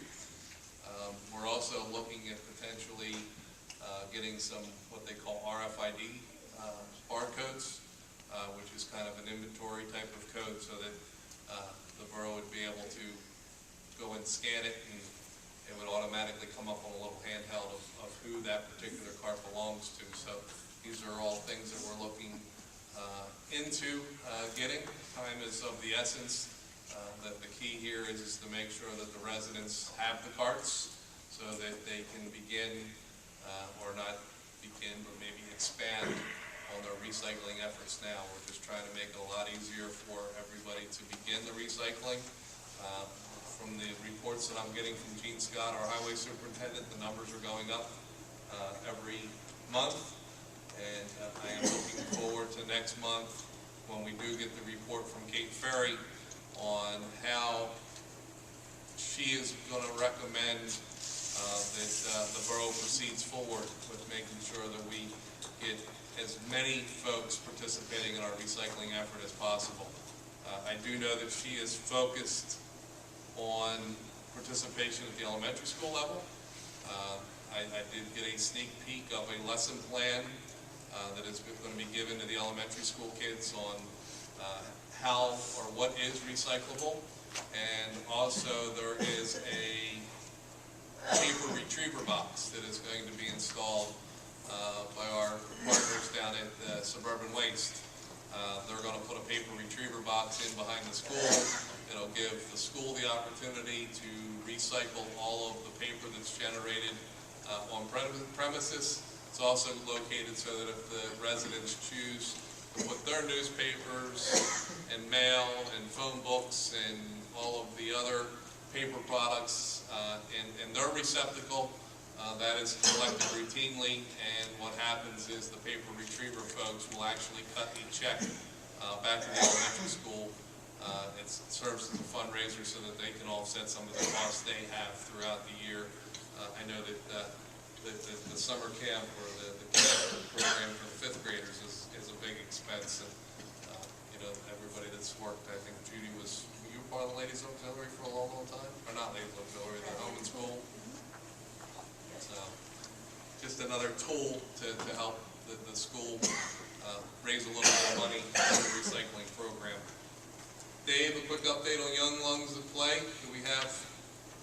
I know we have signs in hand, or do we have signs installed? I know that softball and baseball season's coming. Yes, with the weather and everything, the signs aren't up yet. This is a nice week. I believe they'll get up this week. And we're still waiting for a date for Young Ones to come out. I believe if they don't come to the field, we can have them come to the April meeting. Okay. Councilwoman Gross, history. Okay, this month I thought what I'd do before I give you a little bit of history is what we're doing. We have already had our first meeting for the Eddystone history, and we'll be having 5 more meetings this year.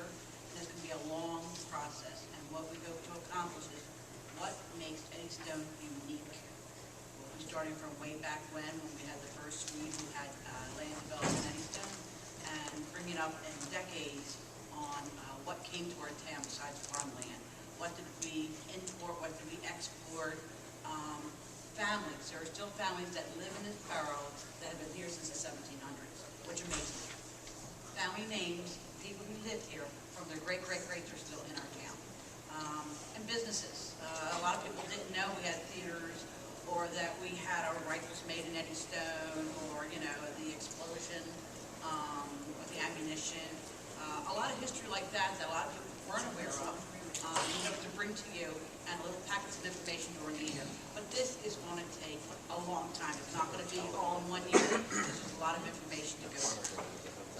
anyone has any pictures or something, or family has pictures of information, please let us know. We would love to incorporate that in it. Thank you.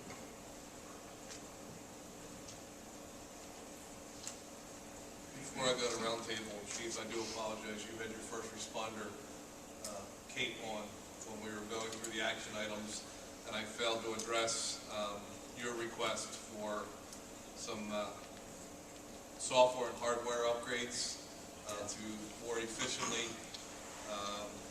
operate in the police department. I know that you've received some quotations from Stevie G. He has made some recommendations on changing some of your servers out, as well as some of your workstations, also adding some memory to your existing workstations, and purchasing some new hard drives.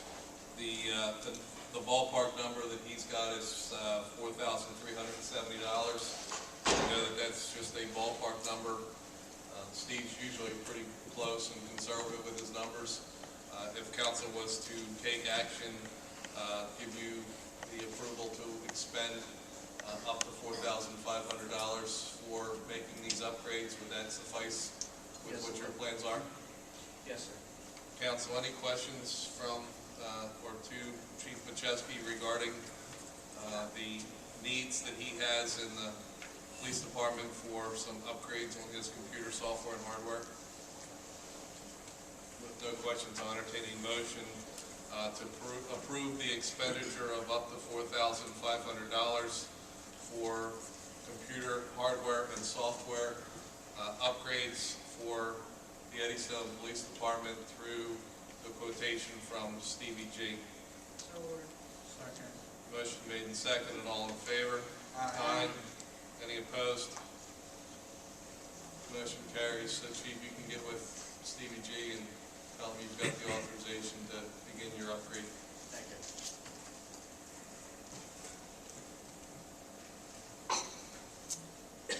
Sorry for jumping out of order again. I've made it so difficult on you tonight, Mr. Vicente. Roundtable, I'll put the chief on the spot. Officer Elliott's tending to the dog. I want to thank him for his time and dedication to the program. He was trained for 6 long months. I also want to thank everyone who contributed to the K-9 unit, and recently the emergency services for taking good care of them.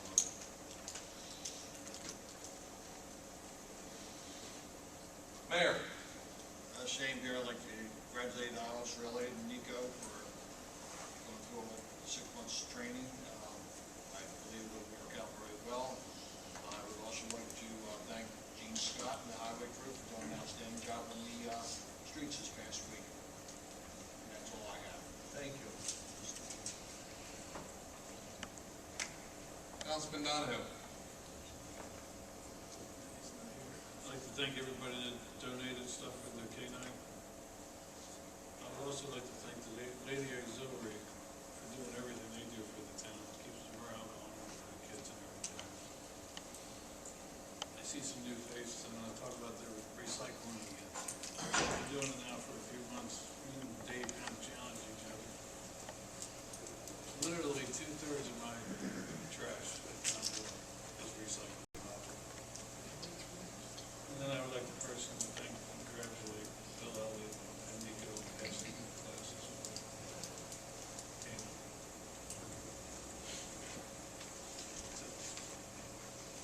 Councilwoman Gross. Just to reiterate basically what everyone has said, how lucky we are to have a dog, and what a great community, and I want to wish everybody happy St. Patty's Day. For those who aren't Irish, it could be that day, but you have to go back next, but have a happy and safe St. Patty's Day. Councilman Patterson. I'd like to thank everyone that contributed to have us, Eddystone, having the K-9 unit. I'd like to congratulate and thank Officer Elliott for the 6 months. And congratulations to Officer Elliott and Officer Nico. And thank Steph Stern for coming out, District Attorney Jack Whalen, and County Councilman David White.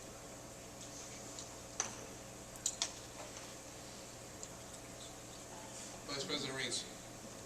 I'd like to congratulate Bill and Nico, and I'd like to thank Jack Whalen for coming down and explaining the Narcon program, and congratulate Joe Pretty for his efforts in saving people. This is why it's so important that we have a fully staffed police force, so that we can move on to bigger and better things and just keep expanding. I'd also like to thank Ed Machewski for all his hard work in making sure that everyone got acknowledged that should have been acknowledged through certificates or plaques. Thank you, Ed. Thank you. I wish everyone a happy a happy St. Patty's Day and a happy Easter. It'll be Thanksgiving soon, though.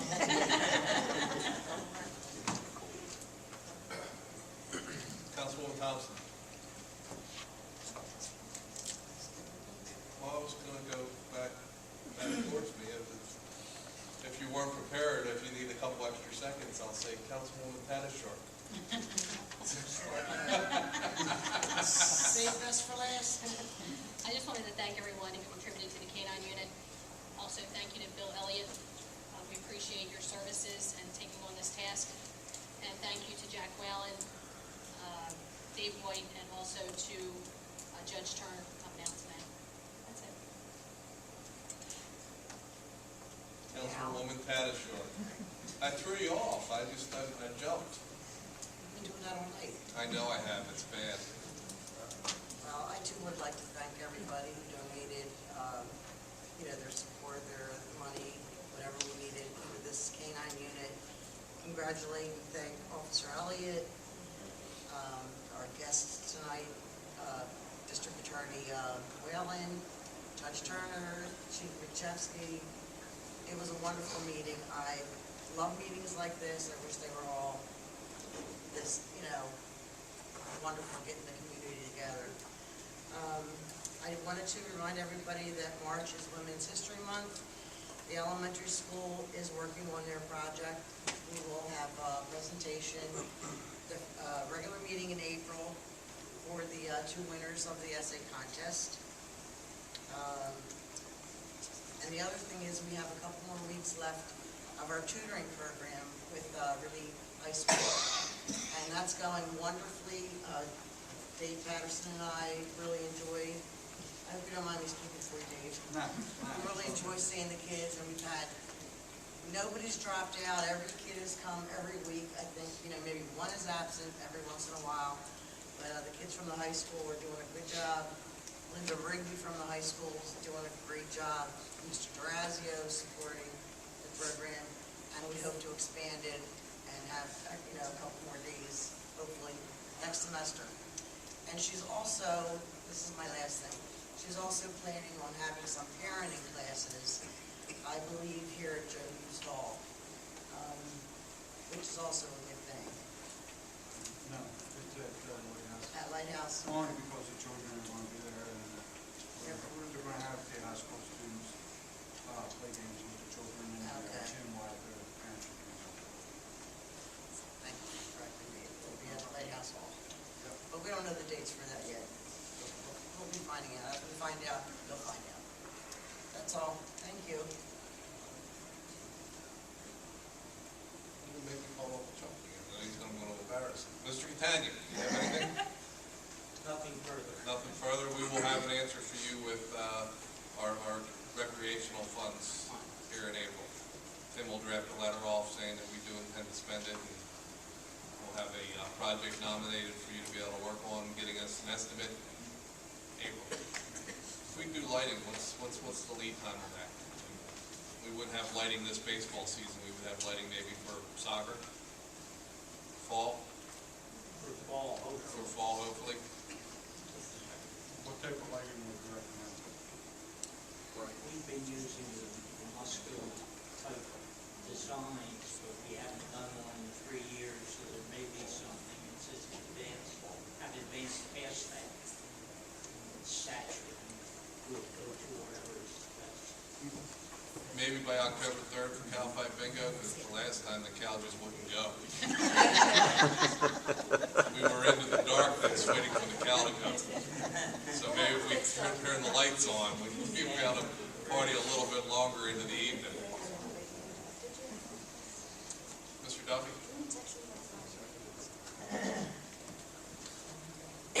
Chesky, you had mentioned at the workshop meeting a program called NOPE. Do you remember the dates off the top of your head of when the NOPE program is being offered in Pendelco School District, wasn't it? Yeah, it's, I don't have the date on the top of my head, I was kind of rushed coming in here. There's a date in Pendelco in March I want to attend, and Ridley's thinking about having a program in April. So I want to attend the program in March and get back to the community before Ridley's program starts. So we can more the community attract a lot of residents to the town.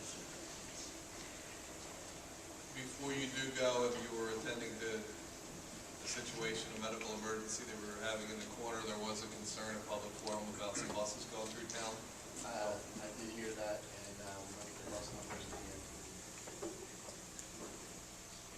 These are the meetings that I love to preside over. It brings me a lot of pride in this town. It's an honor, you know, for me to be able to preside over this type of meeting to where we bring a lot of the residents out. We had participation from, you know, Judge Turner, the district attorney Jack Whalen, Councilman Dave White. I think just about every member of the Eddystone Police Department, at least a half a dozen folks that I saw from the Wilmington Police Department that participated in the K-9 unit to be able to, you know, introduce Nico to the community. You know, we certainly appreciate the efforts that Officer Elliott has put forth in, you know, all of the training, and we look forward to seeing that dog in service and seeing that dog make a very, very positive impact to this community. So I appreciate everybody's patience this evening. These do get rather long at times, and it gives me a lot of Eddystone pride to be able to sit here as council president and preside over a meeting such as this. As you're presiding over this meeting, you know, you see a medical emergency unfolding right in front of your eyes, and it is a testament to our police department, our fire department, our EMTs, to how they very calmly, very professionally attended to the situation. I hope it was a very minor medical emergency, but it was just very comforting to see that, you know, one of our residents indeed was getting the very best care possible being provided by the folks that we have here representing our town. So I just want to, you know, give a very quick round of applause to our fire departments and our EMTs. Refreshments and new police vehicles would be the days for residents. Absolutely. So we do have the new police vehicles that are in the bays in the fire department if you wanted to take the opportunity. The dog, is the dog ready for bed, or is the dog still out there? I do understand the dog goes on the same 12-hour shift as the regular officers, so it's got that same temperament as the officers do. So we do have cake, we do have coffee, we have a congratulatory banner to Officer William Elliott and the first K-9 unit, or the first K-9 officer representing the Borough of Eddystone, Nico. If there's no further business or action that needs to be taken. Sure. I just wanted to say thanks to McArelli for the American flag and Amy for that. State flag. So at this time, I will entertain a motion to adjourn. Meeting adjourned.